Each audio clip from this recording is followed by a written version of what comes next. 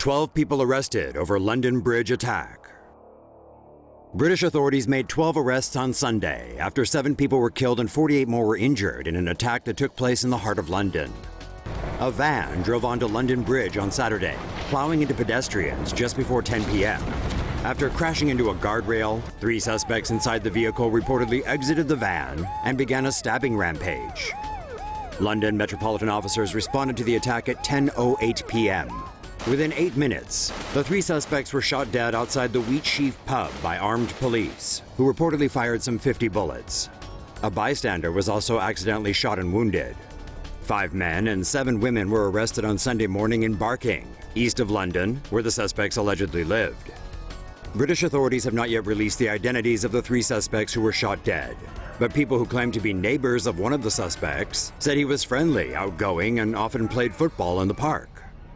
Say no to safe spaces on YouTube. Support TomoNews at patreon.com/TomoNews. Knives seem to be the weapon of choice for many attacks in England. 1 dead, 5 injured in London mass stabbing. A man suspected to be mentally ill went on a stabbing spree in central London on Wednesday night, August 3rd. The 19-year-old had been wielding a knife in a busy area near Russell Square. At around 10:30 p.m., he started attacking people with his weapon. He injured 6 people. One of his victims was a woman in her 60s. She later died. Police arrived within minutes and took down the attacker with a taser before arresting him. As a result of the knife attack, the city has increased the number of patrols and armed officers on the streets. Beat police in the UK generally don't carry guns. Man stabs 3 in London tube station terror attack. In what police are calling a terrorist incident, a knife-wielding man attacked and injured 3 people, 1 seriously, at a London metro station on December 5 before being brought down and apprehended. A witness to the stabbing attack at East London's Leytonstone Underground station told media he saw people running from something around 7 p.m. on Saturday. On approaching the ticket gates, he saw a man holding a small knife standing near a man lying on the ground. Moments later, the attackers slashed at another man, seconds before the first police officer arrived. Witnesses say the man yelled, "This is for Syria," before the police officer used a stun gun on the man from several meters away, to no effect. Another officer arrived and one used a stun gun to bring the attacker down. They then arrested him. 3 people in total were injured, with 1 man suffering serious but non-life-threatening injuries. Commander Richard Walton, head of London Police's counter-terror unit, said, "We are treating this as a terrorist incident. I would urge the public to remain calm but alert and vigilant. The threat from terrorism remains at severe, which means that a terrorist attack is highly likely." The incident calls to mind the May 2013 murder of British Army soldier Lee Rigby, who was killed by 2 Muslim converts in a daylight machete attack in London. London tube attacker had ISIS images on his cell phone.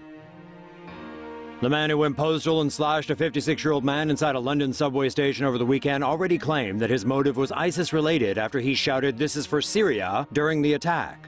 But that connection with the extremist group has become even stronger after British authorities discovered ISIS-related photos on the man's phone, including flags associated with the Islamic State. Moyadin Mire approached his victim in the tube station in Leytonstone at around 7 p.m. on Saturday and reportedly sawed at the man's neck before threatening other passersby. Responding police officers used stun guns to eventually disarm the attacker. When officers searched the 29-year-old's phone after the attack, they found photos from last month's Paris terrorist attacks, and that's not all. According to CNN, authorities also found photos on Mire's phone from last week's heinous killings at a social services agency in San Bernardino, California. While not exactly claiming credit for it, ISIS has applauded that incident, which left 14 dead after a husband and wife duo opened fire on government agency employees. A search of Mire's phone's web history indicates that the Somali-born Londoner has previously searched for information about Islamic State and knife attacks carried out by Palestinians. The Scotland Yard is treating Saturday's knife attack as a terrorist incident, and the Westminster Magistrates Court has deemed Mire a danger to the public due to his apparent mental health issues. He has been charged with 1 count of attempted murder. Say no to safe spaces on YouTube. Support TomoNews at patreon.com/TomoNews. Elderly woman is decapitated by knife-wielding man in a UK suburb. Chaos and panic erupted in a quiet London suburb Thursday that led to the arrest of a man in his 20s and the discovery of the beheaded body of an elderly woman. UK police said they were called to Nightingale Road in Edmonton when they received reports of a knife-wielding man, with some witnesses saying he had attacked an animal. Commander Simon Letchford said officers evacuated houses by breaking down doors and windows to ensure they didn't come to any harm. One witness said police were running and shouting. Letchford added that during the evacuation, police distracted the suspect, who was cornered in a house. Another witness told The Telegraph that police entered the back door of a house and came out with the suspect. Reports say a taser was used during the arrest and one officer injured his wrist. The witness added that police struggled with the suspect before he was placed into a police vehicle. One person was killed in the incident, an elderly woman whom police said was found decapitated in the garden of her home. The woman has been identified as 82-year-old Palmyra Silva, whom officials believe is of Italian descent. It isn't known whether she knew her attacker.